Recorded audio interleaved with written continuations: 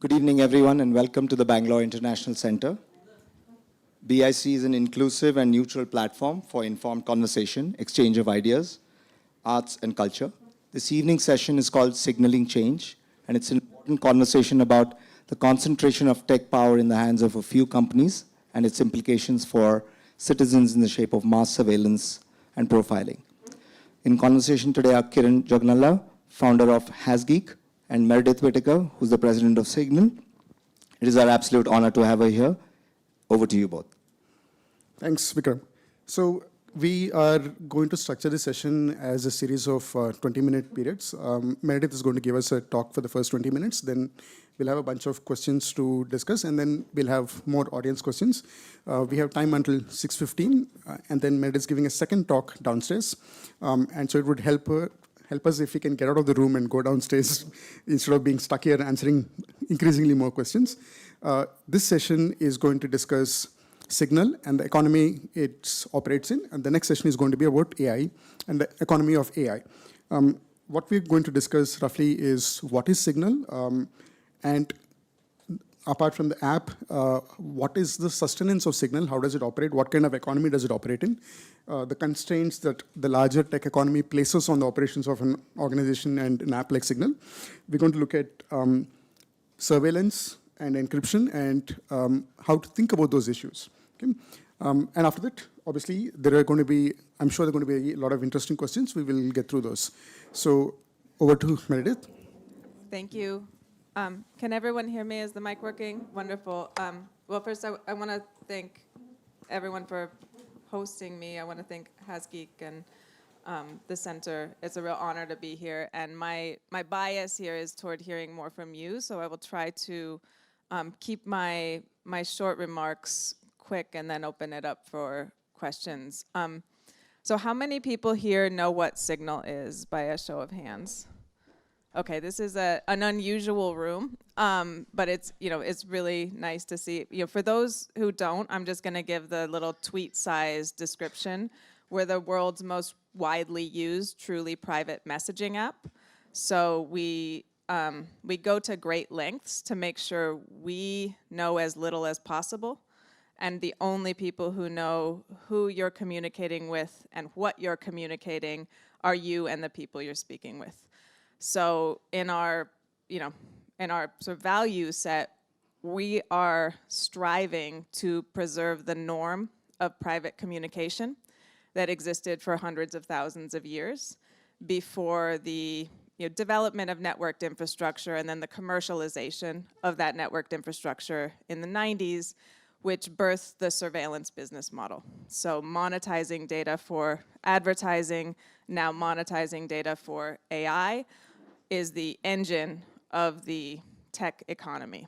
And we are striving to do something that is rowing upstream against the dominant business model of tech, which is monetizing surveillance. So we have one singular focus, and that's ensuring that norm of privacy can translate into digital space. And so we have developed novel technical approaches to do this. We developed the Signal protocol, which was a major step forward in terms of applied cryptography. If we think about sort of cryptographic history, this was released in 2013, authored by Moxie Marlinspike, who is Signal's founder, and Trevor Perrin, who is an esteemed cryptographer. And since 2013, that protocol has been used by many other different messaging apps. So it is, what I call the gold standard of messaging encryption. It is used by WhatsApp, it is used by Google, it's licensed by Twitter, although I don't think they use it, and it sort of set the bar for messaging privacy. And that's what we use to encrypt the contents of our communication. So if we are communicating and I say, hey, I want, where are you going for dinner? And he says, well, we're going here, meet us. Only we know what is said. No one who is intercepting that, no one who has access to the servers, all they'll see is a blob of encrypted nonsense that cannot be deciphered. And that includes Signal. Signal, if you came to us with a gun and you said, give us your data, we would have to say, shoot, because we cannot give the data, because we treat ourselves as a third party and thus try to prevent ourselves from accessing your communication. We have also developed novel cryptographic techniques on top of the signal protocol. So the signal protocol protects the communications, the content of what you're saying.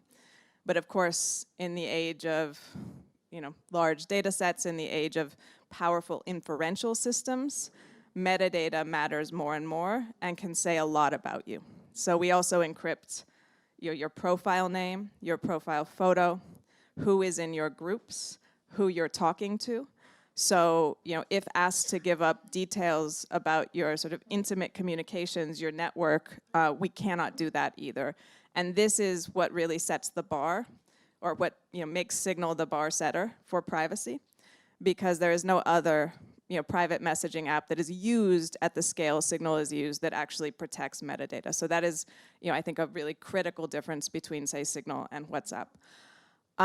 So, why do we care about privacy? I guess that is a question that we can, explore, because it continually comes up. It's this abstract value, privacy, right? We want privacy, and then it's like, well, but we need to know there are bad people, there are demons, there are monsters. We have to understand what they're doing, or we can't, protect the world.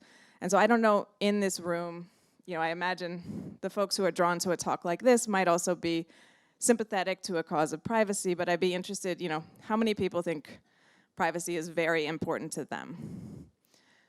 Well, I probably don't have to go through this part then, making the case for privacy. But I do think I'll just do it for a moment, because I think in an environment that is so polarized right now, in an environment where, frankly, globally, Signal is facing pretty vitriolic attacks against the right to digital privacy, which translates to privacy overall, because our lives are cataloged and surveilled digitally, it makes sense to sort of dwell on this for a moment.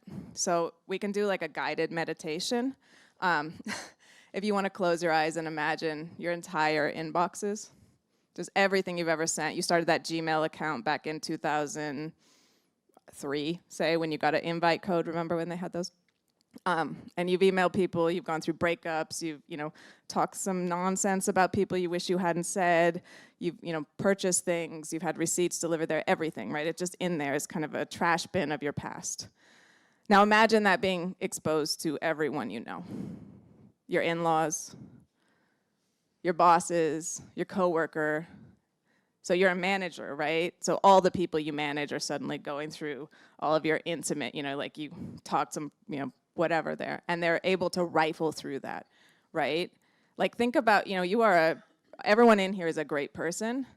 Like how many people would you have to explain to? How many friendships would you have left if everyone could rifle through every moment of your life, all of these traces? And then imagine the kind of leverage a boss or the security services or someone else would have, accessing that, realizing your vulnerabilities, and being able to leverage that for manipulation, leverage that to make decisions about what kind of person you are, where do you fit in the social order. So I think what I'm getting at here is not just as sort of a fun example to try to convince you privacy is important. I think most of you are convinced, but kind of trying to make more material, like make more real in our lived realities about like privacy is actually about power and power relationships.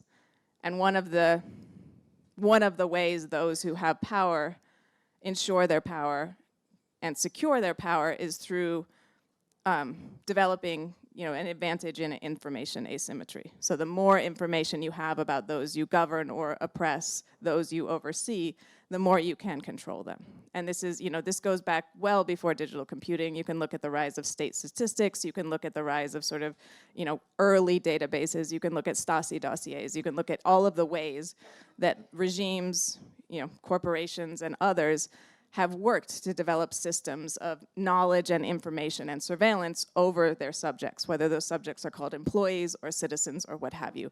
So this is really, really fundamental to the ability to, participate in a meaningful democracy, to the ability to organize, to the ability to have an independent union, to the ability to have intimate conversations with the people you love and the people you're frustrated with, to the ability to name things that disappoint you in the world, corruption, things that you want to change, and actually, set about honestly changing those, right? And so I think, in some sense, we are now in a world where surveillance is so normalized that privacy seems aberrant, but nonetheless, privacy is fundamentally necessary if we're going to have a livable future. And I think we don't have to point far to find examples. How are we going to push back against the forces that would will us into climate disaster, or are willing us into climate disaster, without the ability to speak to each other? How are we going to sort of contend with a very complex and unequal world without privacy? So,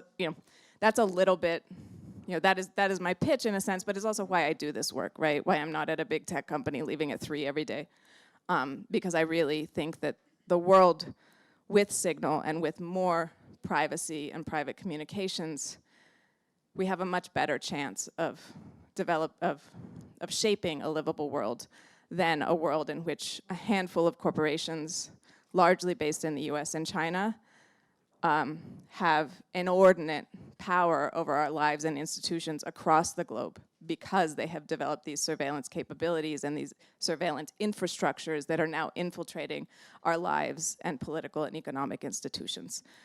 And that gets me to the point of sustainability. Like, how does Signal do this? What kind of a beast is Signal? Signal is a 501c3 nonprofit, and I don't know how well that translates to the Indian context, but that's a sort of, an incorporation, in the US, where you agree not to take, profits. You get revenue, you can get revenue, but you're, not for profit, and you have kind of a charitable aim. And that requires that you do certain transparency protocols. So there's sort of forms we file that show our finances. That also means that we don't take sort of investment in the classic venture capitalist sense, and that we cannot be acquired. We could be acquired, but the executives and the board would not get a payout. So if we sold Signal for billions of dollars to, say, Palantir or something evil like that, we would have to reinvest that money in charitable causes. Now, why is our incorporation structure important? Well, it's actually one of the key barriers or key protections, I would say, like a rampart, that allows us to keep fully focused on our mission of providing, meaningful private communications. And in tech, that is, particularly important, because the barrier we're protecting against is the fact that the business model in tech is monetizing surveillance. So if we had investors, if we had, limited partners breathing down our neck, if we had, shareholders who were sort of hassling that one old guy on our board about, increasing revenues or growth, or this doesn't look too good, the privacy thing, that seems a little dated, we're not getting the kind of growth we need, we would be pushed to compromise our privacy focus because the money lies in surveillance.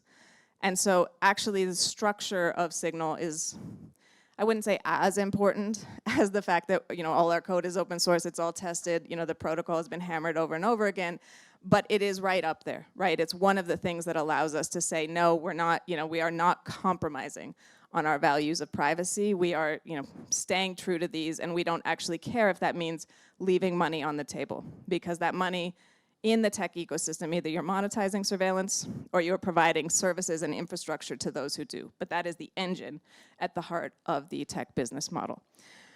So we are donation-based, and we're donation-based with a little caveat.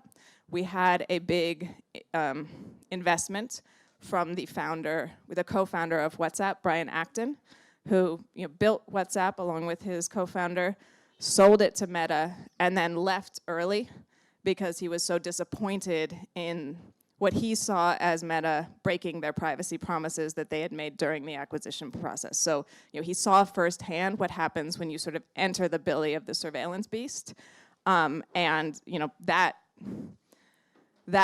led him to invest in Signal and provide us with an on-ramp, that allows us to work on developing a more sustainable revenue model that is outside of the surveillance business model. So our hope, and one of the things that I'm very focused on right now, is that we can become increasingly supported by the people who use Signal. Now, we're lucky because we have a lot of users. We have many, many millions of users. And so just a small percentage of that many, many millions of users can help sustain us. But I also want to emphasize something that I think will be probably really familiar to people in this room, but is not part of the popular narrative of tech, right? When we think of tech, we don't think of what is the economic engine of tech, but it's, surveillance is incredibly profitable, and building tech is incredibly expensive. So it costs tens of millions of dollars a year just to develop and maintain signal, right? That's our bandwidth, that's our hosting cost, that's our registration cost, that's maintaining XYZ service, and that is hiring the engineers we need across 3 different client teams. So every time iOS has an update, our team has to sort of do some maintenance on signal to make sure we're not broken. We have to have the guy who communicates with Apple and waits for the sort of decision from above about App Store compliance with every new feature we launch. We have Android similar. We have the desktop team. We have a core libraries team and a calling. So for the video and voice calls, that's an entirely separate team. And then we have a support team and a number of others. But total, we're only about 45 people. So we're incredibly small. Given I think Meta has like 70 or 80,000 employees total. WhatsApp has tens of thousands if you count contractors. So we're incredibly small. We punch way above our weight.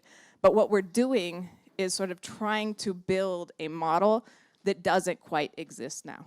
And we're trying to build this model because we think signal, a world with signal is diametrically different than a world without signal. And we know that you could not rebuild signal right now. I could launch a perfect encrypted app, and because no one uses it and the market is saturated, it doesn't quite matter. The fact that Signal has been around for so long, that the protocol is tried and tested, that we already have a network effect in so many places, means that Signal works in a way that a new entrant could not. And so we think of this as kind of a jewel we have to protect, not as something that's an experiment that can go wrong and we can start over. Yeah, so I think I'm gonna end it around there. I think that's most of what I wanted to kind of frame the conversation around, and I know there are many people who are very, familiar with Signal, very technically conversant, so I know there's gonna be a lot of really good questions here, but I hope that gives you an introduction to, what we're about, who we are, why I'm so passionate about this, and kind of the political economy within which Signal is situated, which can give you a better sense of Signal, and I hope prompt some really good questions that will be really informative to us as well. I'll also say that we are in an environment that is very, very hostile to encryption and privacy right now. So we have been fighting in the UK and in Europe. There are some very fierce and misguided laws that have the potential to set a precedent globally for eliminating the possibility for end-to-end encryption. So that's one of the reasons we're meeting with so many people who are invested in privacy, understand the dangers at a technological and social level of undermining end-to-end encryption, is because we really want to connect with the other people who are doing this work, who are thinking these things, who are developing these analysis outside of our institution, because we think we're going to need to, we know that we're going to need to collaborate with each other, share knowledge, and work together if we're going to ensure that privacy sustains into the future. So I'll end it there. Thank you. Yeah. Okay, so I have a bunch of questions that I think are some of the more common questions that we're going to have in this room. We also have 2 more people from Signal who will be here for the Q&A. Josh Lund and Jun Harara. Would you like to join us? Yeah, if you want to. And these are my teammates who are also here with me, and we'll just, if I don't know the answer immediately, they can answer, but we're all here to make sure we give good information. Yeah, one on that side. We may have to move closer just to make sure we're in the frame. So I'll start off with, I think one of the more common questions that comes up. Why is Signal structured as a centralized application where there's only one organization providing the service? Why is it not decentralized the way email is? And a lot of people will cite something like Matrix and say, look, that's a decentralized system. Why is Signal not like that? Okay, so let's maybe start with that. Why is Signal centralized? What what is the requirement that sets it up that it works better as a centralized service? I can start on that. I think, there's kind of a joke answer where I'm like, how many people have rolled out PGP, right? In a sense, like email is decentralized. It's also incredibly insecure. Like 80% of the Proton accounts go through Gmail anyway. One of the issues is decentralization does not often promote the kind of collaborative consensus that is required for encryption, because of course encryption needs to operate on every end. That is not the reason, though. I think we don't have any examples of highly secure, high availability, high use, decentralized infrastructures. I think Mastodon maybe, but that's a. It's very early stage, and we don't know if it will work at scale. Exactly. Yeah. So our focus at Signal is on making sure people can communicate privately. Anyone, anywhere can pick up their device and use Signal to communicate with anyone else privately with no worries, right? And so that is also like a very human-centered approach. What we're not trying to do is prove a proof of concept or sort of develop a novel consensus architecture for decentralized updates. When Signal started, and we don't, there's many dates, 2013 is one, but there's also, the late 2000s when, there was Text Secure and Red Phone. There have been many sort of iterations of Signal. The real purpose was, let's provide this for people so they can, have these privacy affordances. Now, in the period from then to now, what we've seen is a centralization of infrastructure. So no high availability service that I'm aware of hosts their own infrastructure. If Signal were going to host our own, we would be talking about hundreds of millions of dollars a year. That's electricity. That is, paying the SREs who carry the pager to go drain the buffer in some data center that's overflowing. That's an entire apparatus that at this point is realistically only available to, only done by a handful of companies. And these are kind of the winners of the surveillance business model who built this up during that time. Given the dynamics of natural monopoly that communication infrastructures demonstrate. So, I imagine there's a lot of startup folks in here. I imagine most of you run on AWS or Azure, maybe Google Cloud and Apache network of others, but that's because no one deploys their own servers anymore. Now we could say, we want a decentralized architecture, right? So that means hey, after this, let's all get in a club and we all agree we're gonna sort of, per this protocol, we're going to sort of host a Signal server. Right? But we can't, if we are people focused, if we want to make sure that person picking up their phone in an emergency can quickly get to someone else, we can't rely on volunteer labor, right? We can go into the sort of open source movement, but let's be clear, the open source movement doesn't rely on volunteer labor. It relies on Google paying for contributors and many other, there's a sort of infrastructure to that is not free. And I think with decentralization, we would need to ensure that we had the same robust coverage in every area of the world that we are able to get with the type of hosting that is now provided as a norm by the large players. I also want to mention decentralization doesn't mean it's cost-free. It still costs every person who is, or every organization that is hosting these servers. And that also means that decentralized infrastructures or using a decentralized protocol that lets anyone sort of join and participate does not ensure decentralized power. We have private equity firms right now sort of trying to buy up Mastodon instances, right? And I think, we have the Winklevoss twins, owning half the Bitcoin mining operations, right? So I think we need to scratch the surface a bit on what exactly do we want from decentralization? Are we talking about governance? Are we talking about sort of infrastructure? What type of robustness does that ensure? What type of problems does it create? One of the other problems I want to mention quickly is how do you update a security? Once you've found a sort of vulnerability, how do you update a security patch? That's actually a huge one, right? How do you, there's some library we use, right? That there's a bug, it gets reported. We need to sort of quickly patch that. Whatever the patch is that they shipped, we can do that in, an hour, maybe less. If we had to sort of try to get a sort of decentralized consensus to patch that everywhere, we know that there is no good process right now for doing that. And again, that is, being kind of human focused. We don't want to leave a section of Signal users vulnerable because the people who are hosting those servers are on vacation or the organization restructured and that's no longer a priority. So again, it's sort of, for us, it's about practicality, and it's about how do we operate in a tech industry ecosystem that sadly has consolidated over the last 20 years. But in the 10 years, you've seen like self-hosting become kind of a novel quirk as opposed to a norm. And how do we operate and provide a service that, to a user's perspective, works as well as WhatsApp, works as well as the alternatives without thinking, is very intuitive, is just on. You don't have to wait for it to sort of, warm up, or you don't have to like, choose another instance or something that is deeply confusing to people who have, their norms and expectations set by surveillance technologies that, aren't Signal, but nonetheless rely on the same affordances.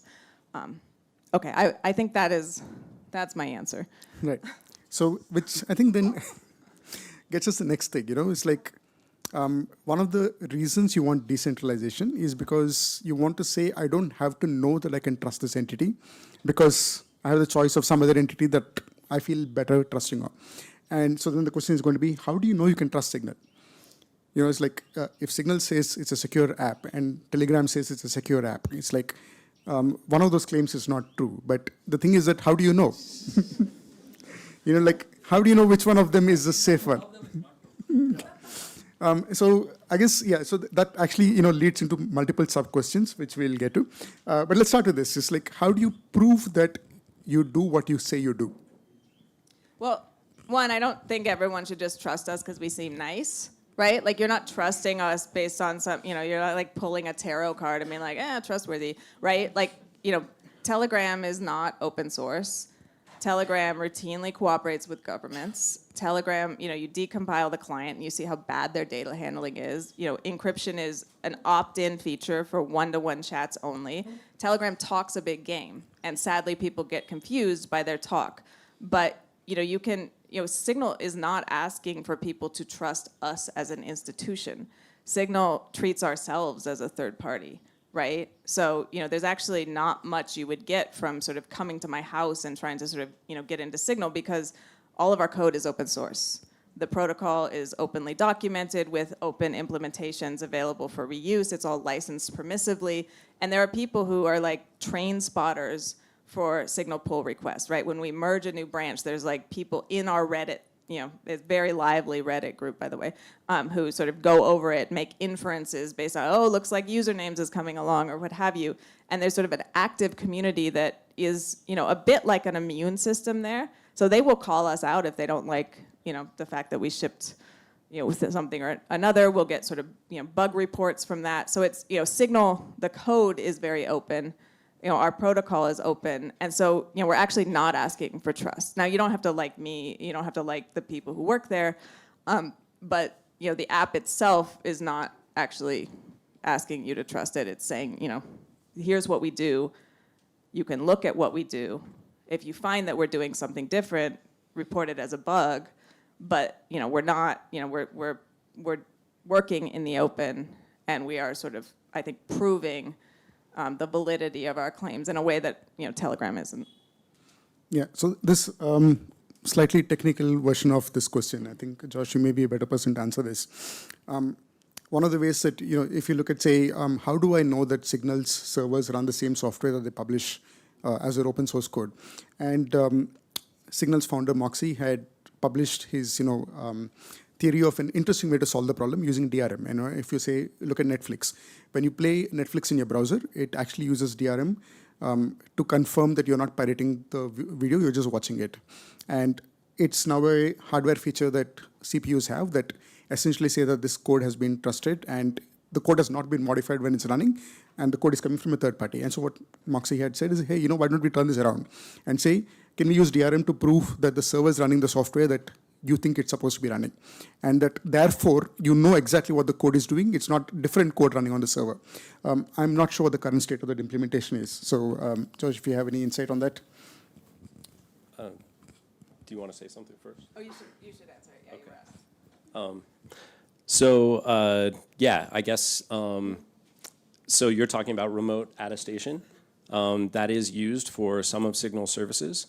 But the heart of the protection is the end-to-end encryption, which by definition is happening on the clients, which are open source. We have reproducible builds on Android, so you can actually build an APK that is the same as the build that you download from the Play Store, if people want to verify that. But with the service itself, because everything is end-to-end encrypted, there's not very much that the service can do that would be malicious.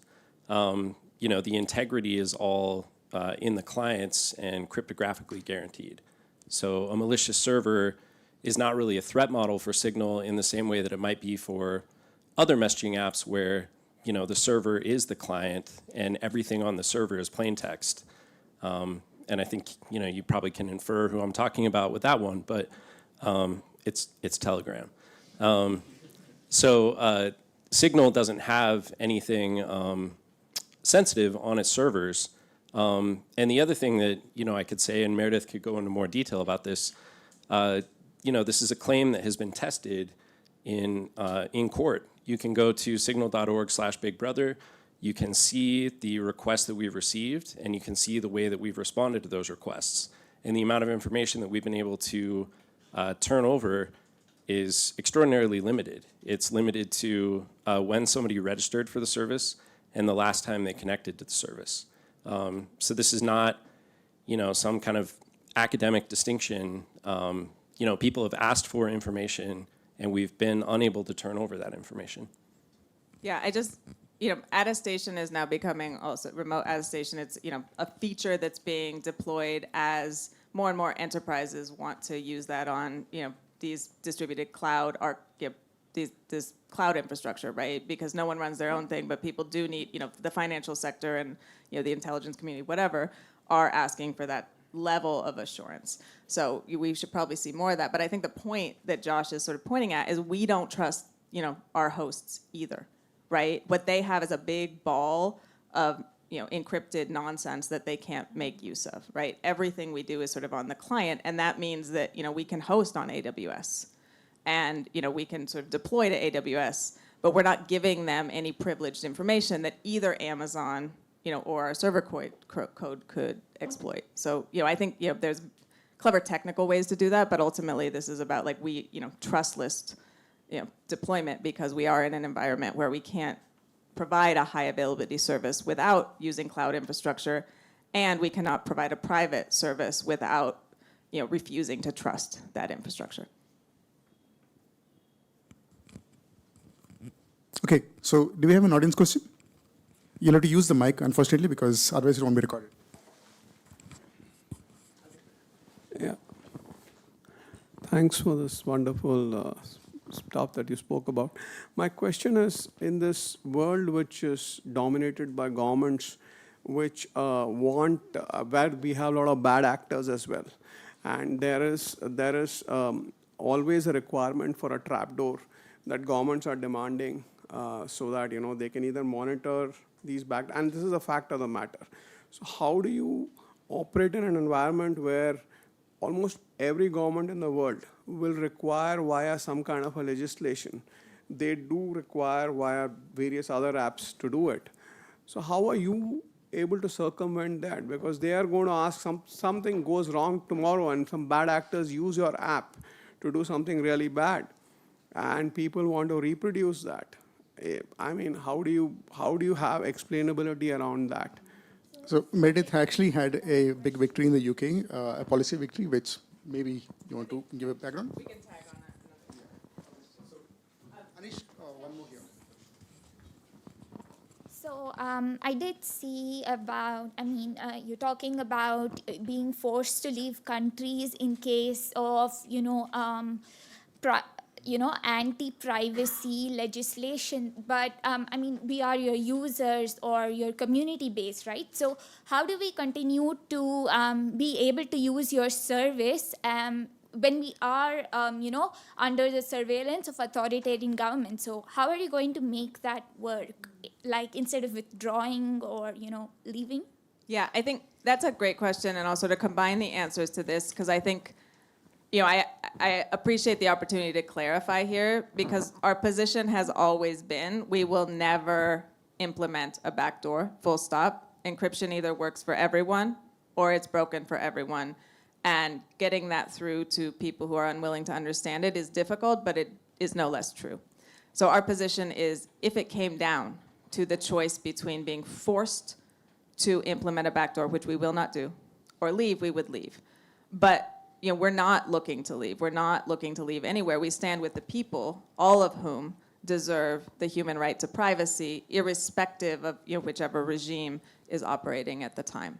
So in the UK, for instance, if it did come down to Ofcom, who is the regulator who has now been given the power to mandate what is essentially a backdoor, whether they'll use it or not is another complex question.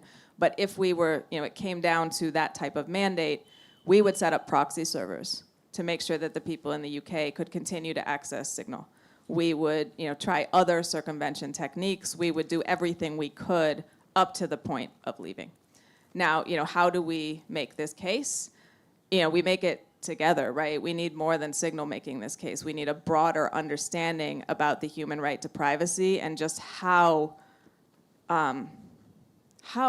significant it would be to perturb the handful of robust crypto systems we have that can actually ensure privacy. So to backdoor the Signal protocol or what have you. Another kind of thought exercise. So imagine I am the security service, right? And I go to, I have a pen. I'm just going to use this as a prop, right? I have a pen, and I go to the pen manufacturer. Let's say it's BIC, right? And I say, I need to know everything ever written with this pen now. And the pen manufacturers, are you out of your mind? Like, what are you smoking? This is not how pens work. Like, why on earth would you, come with this to us? You have other techniques, right? I mean, it's sort of similar to Signal, right? Like, Signal doesn't work that way, and we could not change it to work that way without undermining the entire point of why we exist, right? So I think, with the example of the pen, that also gets into some, why are we so willing to assume everything that touches computational infrastructure should suddenly turn into a surveillance vehicle for corporations and states, right? Like, why is that the norm that we have to argue against instead of the other way around? How did we let that out of the barn in the late 90s and allow it to become normalized without more discussion about how, frankly, perverse it is that our entire lives are now subject to commodification and surveillance by corporations and states that run these infrastructures? I have a quick question over here. So you had an interview with Nilay Patel for the Decoder podcast. I heard it right after it came out, and I remember a very peculiar line which caught me over there. And you were saying, when it comes down to that scenario, Signal would walk out of any particular place which forces you to break encryption. If it comes down to that, what choice will the people have? If you're forced to walk out, and the people really do need such services for private communication, what does it leave the people with? I don't want to play out, look, we will not walk out unless we are forced to, right? Like, I would, and by forced to, I mean a hypothetical example we haven't faced yet.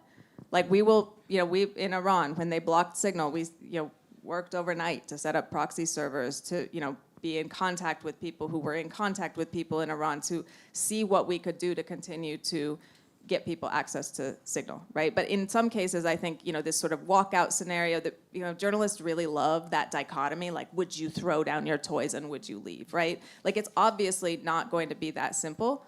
We're talking about, like, okay, there's a escalating brinksmanship. There is sort of increasing pressure. There is, what happens with the gatekeepers, right? This is one of the issues of operating within such a concentrated market. There are two app stores that matter. We can say run an APK, but let's be real, like, my dad's not gonna run an APK and I need to talk to my dad, right? So, like, there are a lot of things that would be likely to happen that would not be Signal's choice when it comes down to that. But what's important is we will never implement a backdoor, right? We only exist to provide a meaningful means of private communication, and so we're not going to perturb that. So, if it came down to being kicked off the app stores, et cetera, there are a lot of scenarios, but I think it gets sort of simplified into Signal sort of taking kind of moral high ground that leaves people stranded And we'll do everything we can not to leave people stranded. One comment also on this, so if you take the Indian scenario, where you say there's a threat of signal being banned because there's an encryption requirement, or there's a ban on encryption, or there's a backdoor requirement, or there's a verified identity requirement, or a metadata requirement. There's a lot of threats that are currently being floated around by the Indian government. The interesting thing is the law.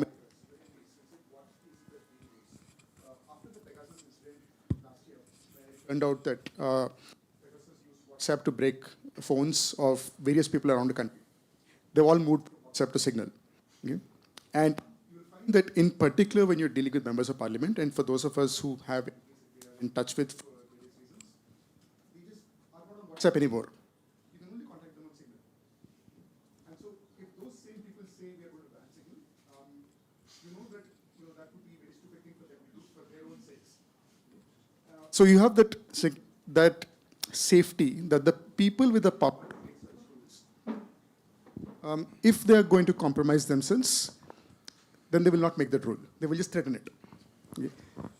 It's kind of like it's a game of bluff, so you don't know if they will ever actually do it, but you know that it's extremely unlikely that they will do something like that. Okay? So you.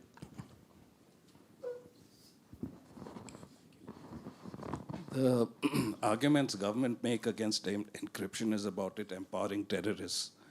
And that argument is supported by very visceral imagery. You see pictures of bombs and broken buildings and dead bodies and blood on the streets.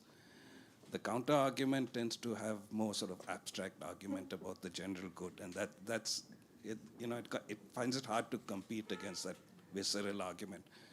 So you meet a lot of regular people who actually support the governmental argument. How do you bring a better balance into that discussion?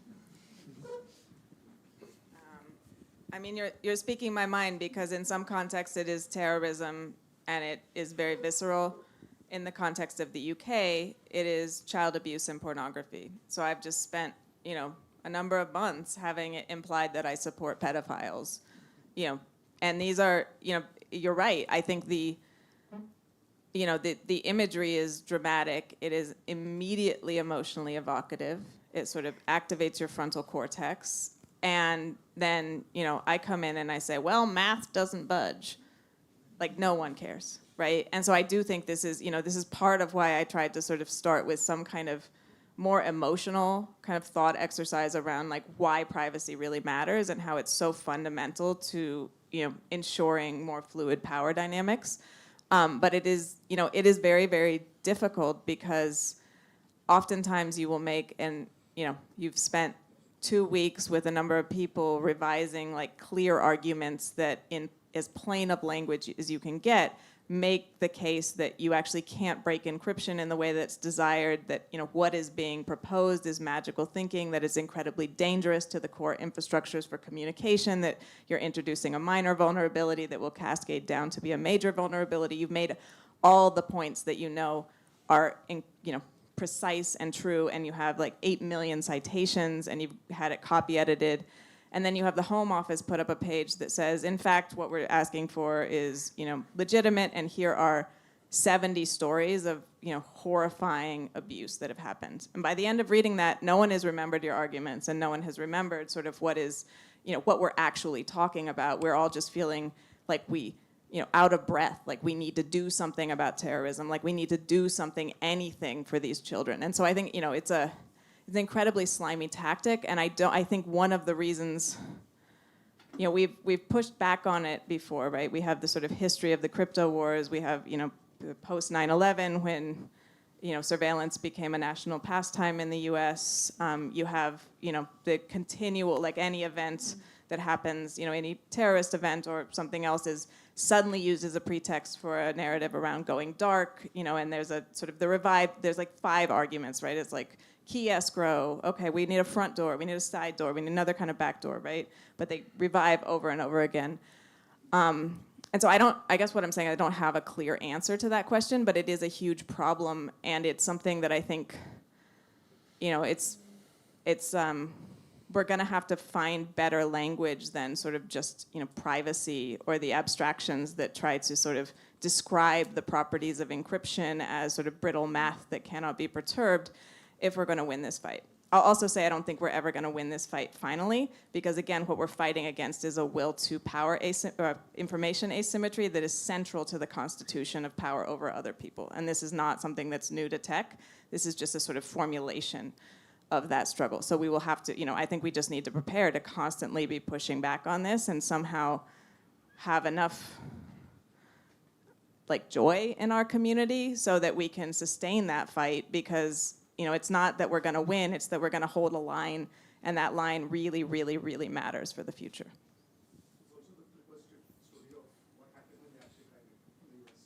When they oh yeah, I mean, that was the crypto wars #1, right? They didn't try it, actually. They proposed it over and over again, and then they privatized it. So the companies just did it in the 2000s instead of, or Microsoft backdoored Outlook. You had RSA doing a backdoor in their RNG. You had sort of, sorry, this gets into some more arcane stuff, but we won permissionless encryption in 1999 in the US when they liberalized, sort of the crypto wars ended.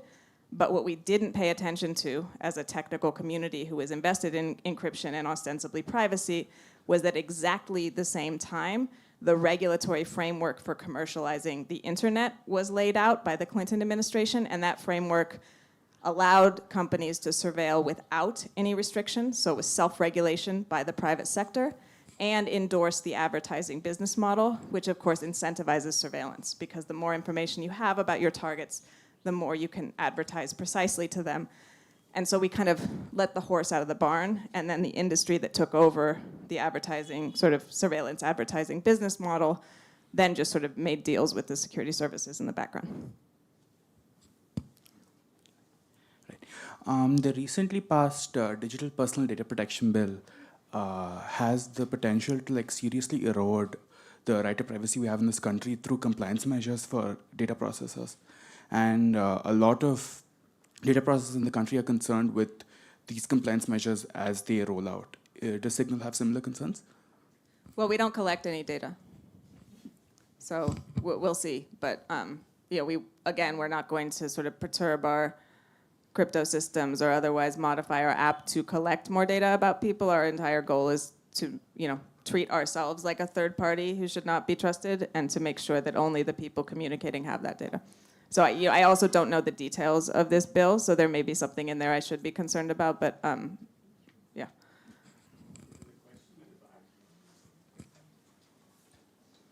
Sorry, I'll come to you. Hi. So I wanted to ask you how resistant Signal is to intrusion that happens not at the level of apps, but at the level of devices that you're using. And even if it's not through your own device, with the aid of devices around you.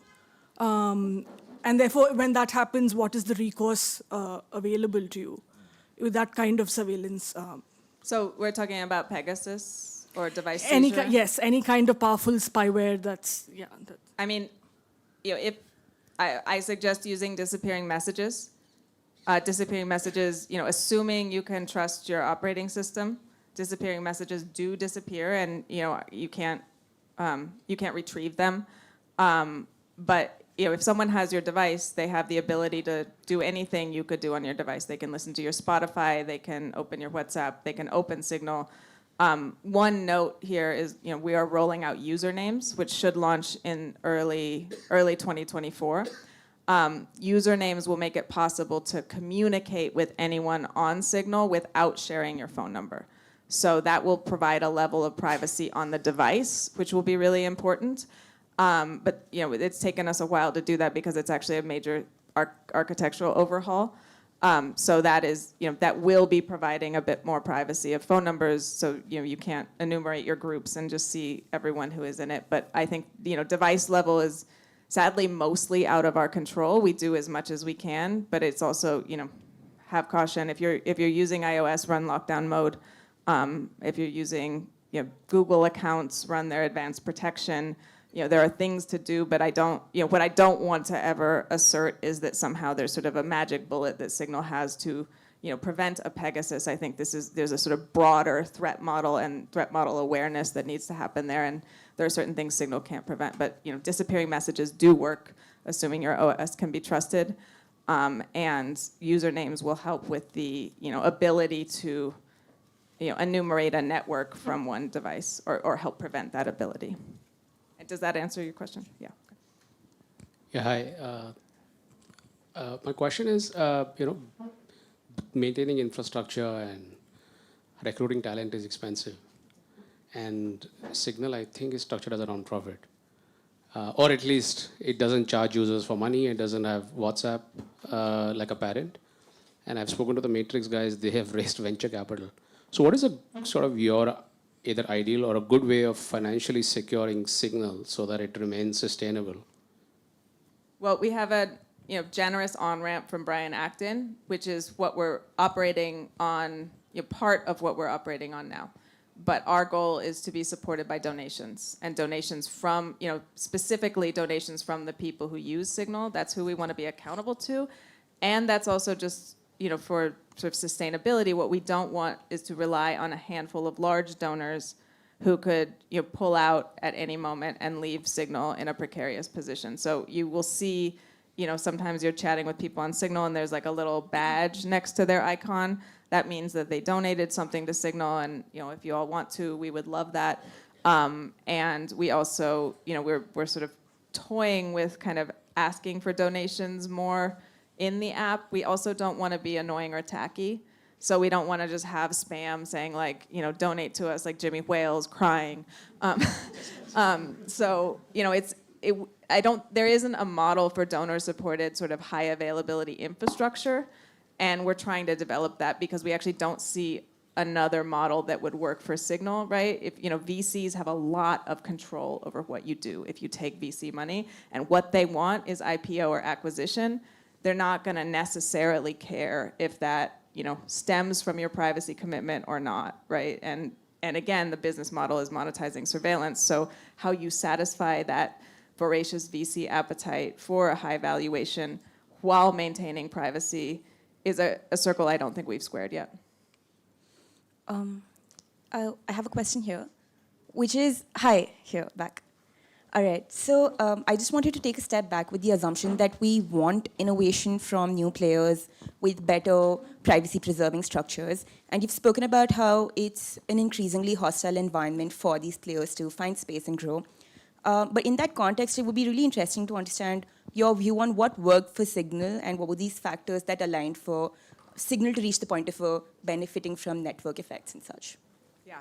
Well, Signal was started in the early 2010s, ish, which was a very different environment. Like, remember the iPhone launched in 2008, right? Before that, we didn't have smartphones we were carrying around with messengers. Like, our Signal's competition at that time was OTR, Jabber, Google Chat that was happening in the browser. So we're talking about a dramatically different landscape. So Signal was used by sort of, people who were in the know, like it was like me and my cryptographer friends for a long time. It then, we had Snowden in 2013. And Snowden was incredibly important as a moment where, privacy awareness sort of went nuclear, right? Everyone was suddenly like, shit, the paranoids are right. And it did something to the industry, because obviously industry was collaborating very heavily with NSA and other security services, at least in the Western context. But industry did not want that labeled. They did not want to be labeled as spies, right? That was actually a big part of like justifying the surveillance business model, is like, we're trusted, the government is not, the market is trusted, right? And so there was a big effort post Snowden to, encrypt things, to show that industry was trusted, right? In 2014, the year after Snowden, iOS was encrypted, Android was encrypted. You had Comey, the FBI director, going out like, you're making us go dark. This is horrible, right? There was a move to embrace encryption as a reaction to Snowden, because it was clear that not having encryption was benefiting the NSA, and no one wanted their private communications being sort of sent through to NSA servers. And so in 2014, WhatsApp, this is Brian Acton and Jan Koum, who were the founders, sort of announced that they would be integrating the Signal protocol into WhatsApp. And then in 2016, they sort of finished that. And throughout that time, Signal was gaining users. It was gaining a reputation. When people looked around, they're like, this Snowden stuff is really creepy. How do we sort of protect ourselves? Oh, use Signal, use Signal, use Signal. All the cool kids use Signal. And so, throughout that period, Signal was steadily developing, steadily growing, making design innovations that made it possible to sort of have a seamless but heavily encrypted app. And I think, it's a product of its time. Right? It was, certainly innovation. Moxie is a brilliant developer, and there was actually a vision behind it that was incredible, but it was also a product of its time, and we're not in that time anymore. So, communications infrastructures require a network effect, and the markets are saturated. So, everyone uses WhatsApp, you have iMessage and the Apple monopoly, you have other apps that are sort of out there. It's actually, really hard to maintain and grow a position. So I think, recognizing those factors, I don't know, it's not a secret formula that Signal had or like a book we're gonna write and be like, copy our strategy to success. It was sort of, time, place, and vision, and then just like disciplined persistence every day for years and years and years and years. So there's an expectation and effort on the government side that companies will hand over data, right? And then they're confronted with an app like Signal, which won't do what it wants them to do. So my question is, how does the government actually respond to you? Are they able to understand your vision of privacy, or any government for that matter? And then once they're confronted with it, how do they actually respond to that vision of privacy? Well, I think that government isn't a monolith. So, there's but I think you've already heard, governments run on Signal, right? The intelligence service also uses Signal, right? That, there's a privacy for me, but not for thee ethos that is sort of also contained in this. So, we haven't, I don't think we've, and again, we don't, when we are able to fulfill, we do fulfill some requests, right? We get, requests that if they're processed correctly, we will, turn over the data we have, which again is, this phone number, we can affirm that a given phone number is connected to a Signal account. We can affirm when that phone number signed up for Signal, and we can affirm the last time that they accessed their Signal account. But that's all we have, right? And so I think, what we don't get met with often is sort of disbelief, because a lot of the folks in government seem to have some familiarity that Signal is private, even if they don't know the details. But we do get met with sort of requests to figure out how to, fix the system so that it can continue to be private for us, but also give us a backdoor. So there's always that kind of kernel of magical thinking where, whether it's the Washington Post wanting a golden key or, the Clipper chip with a back door, there's always this well, we do know that privacy is important because we need it, but also can you give us a magic wand that will let us break it for them? And so I hope that answered your question, yeah.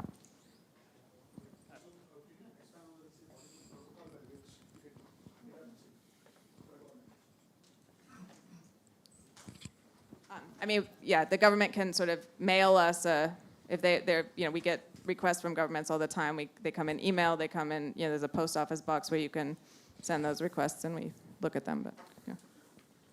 Okay, yeah.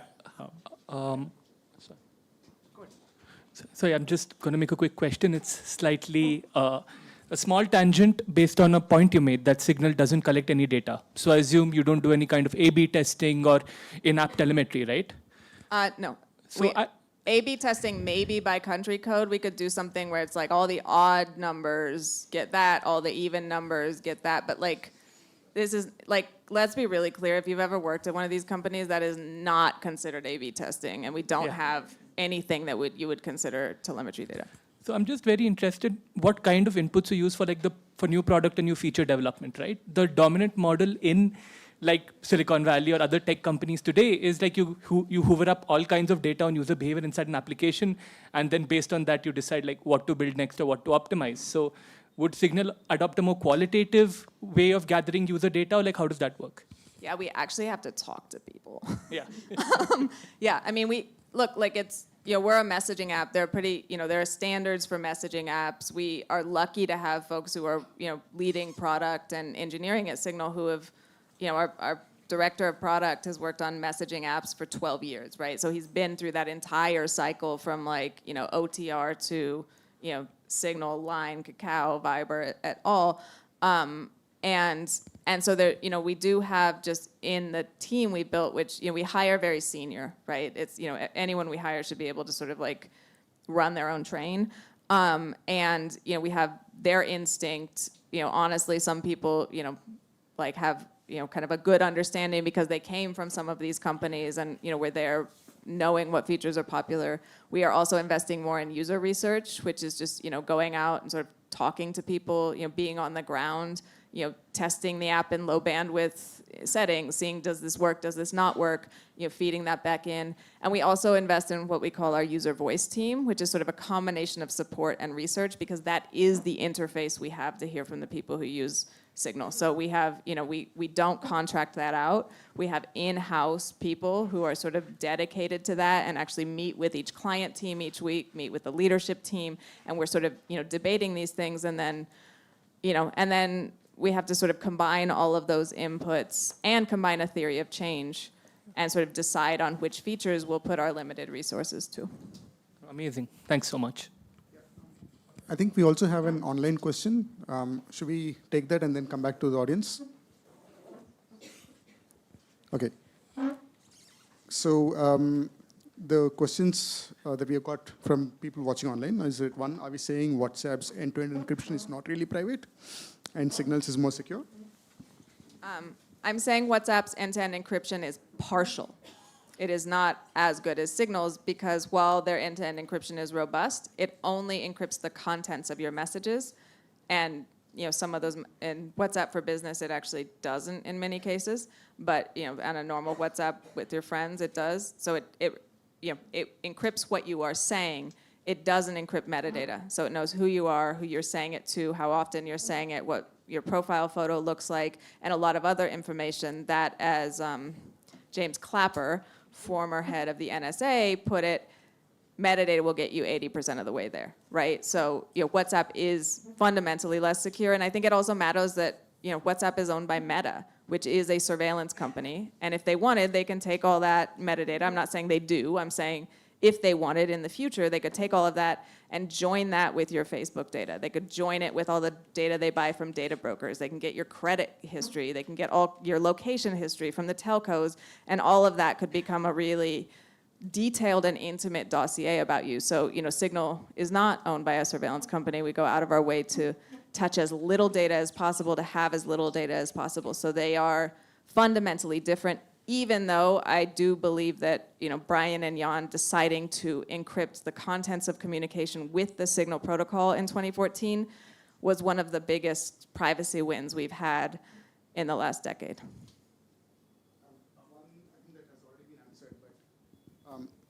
Can Signal's team guarantee privacy on rooted and jailbroken devices? We've already been through this, but I don't know if you want to summarize again. Well, if your device is rooted or broken, the person who rooted it can do anything you could do on the device. So run disappearing messages.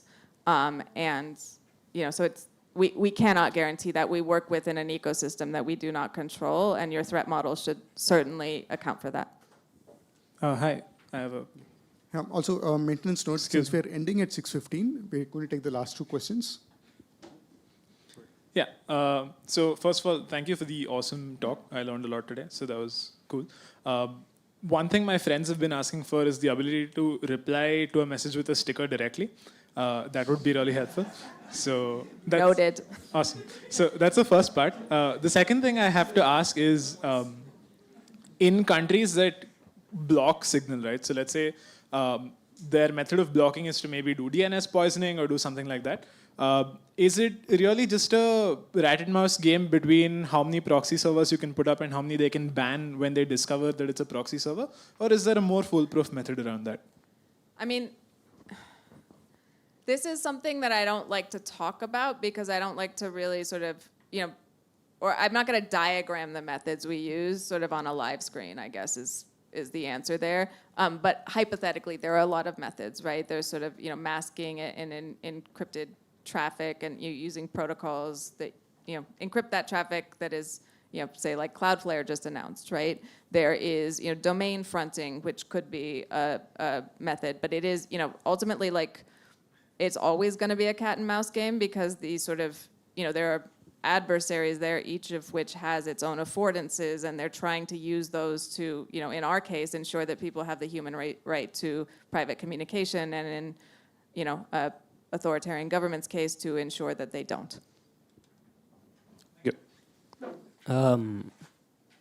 Excuse me. I'm here at the back. Sorry, it's all coming from the same place on the Right. speaker. So my question is a little more broader than the working of Signal. So what is your opinion on the fact that, what the individual wants is not what society may need? For example, suppose I'm a farmer and I have pests invading my crops, and I'd like to kill them. I'd like to make sure that my crops are not harmed. But what's good for me is not necessarily what's good for the environment. In that line, privacy, that it may be good for me. It may not be good in the whole spectrum when you consider the fact that you require surveillance to monitor. Now, for example, you have 1 crore people living in the city, and it is unviable to have police at every junction. So you have cameras, you have AI systems that do this. Of course, now this can be used maliciously. So I can be tracked wherever I go and they can build a profile on me. So what are your views? It's a general open question. What are your views on completely autonomous systems used for surveillance? And for example, now would you all be open to having an unencrypted data if a government came forward with an open autonomous system that analyzes, scans this and flags accounts? Oh, absolutely not. No. Yeah, and I think, yeah, we would never put a backdoor in our encryption or undermine our privacy commitments in any way. And I think just on a comment on your question, you were using the term you a lot, but I think we need to be really specific about the you we're talking about. Yeah, I mean, Signal as a team, how open are you all to... Oh, absolutely not open at all. We're closed. Closed AF. Hi. So I think this might have come up previously as well, but India's IT rules require a couple of things. They have provisions, one, for a first originator of the message, plus it also requires you to, as a company, to have a nodal officer for grievance as well as for, for other requirements. Is this something they've asked you to comply with? Is this something you're in compliance of? Is there any sort of struggle over there? Because there have been legal challenges as well, on both of those things.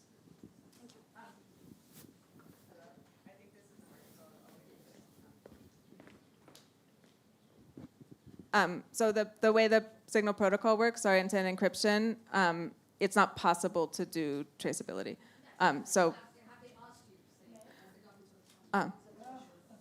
Yeah, we are not, so we don't meet the user thresholds for that to be a requirement at this moment, as far as I'm aware, yeah.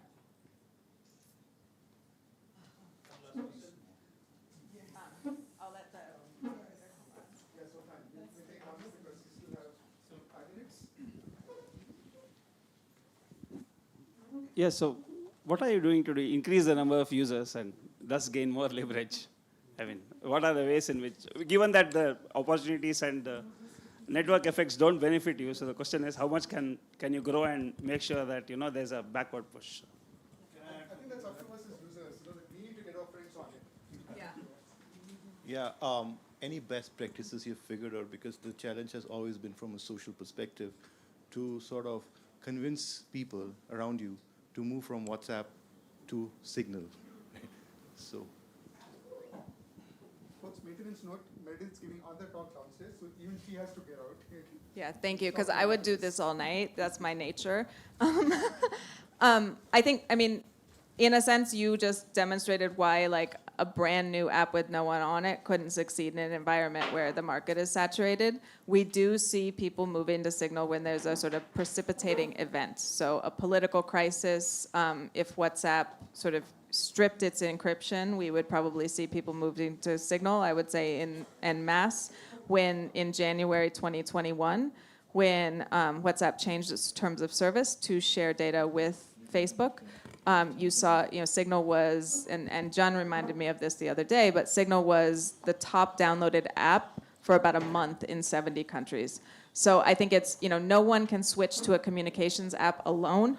They need their friends, and the point of an app is to be able to communicate with your friends, not to prove your ideological commitment to privacy. So this is why we go out of the way to make it as easy to use. We add stories, we add stickers, like all the cryptographers complain, we don't care. We want, the kid who's 14 to have fun on it and want to stay on it because you want privacy, you need it, not when there's a crisis. But we see people switch when there's a community that they care about that decides to switch together. So it's your union, it's your football club, it's, a city that's just learned that, something happening that is, surveillance or threatening, and that's generally the pattern that we see, and we try to be ready for those switches. Thank you. Jun, any closing comments? You have not spoken at all in this entire session. Okay, thanks everyone for being here. I'm sure there was never-ending stream of questions, but thank you everyone.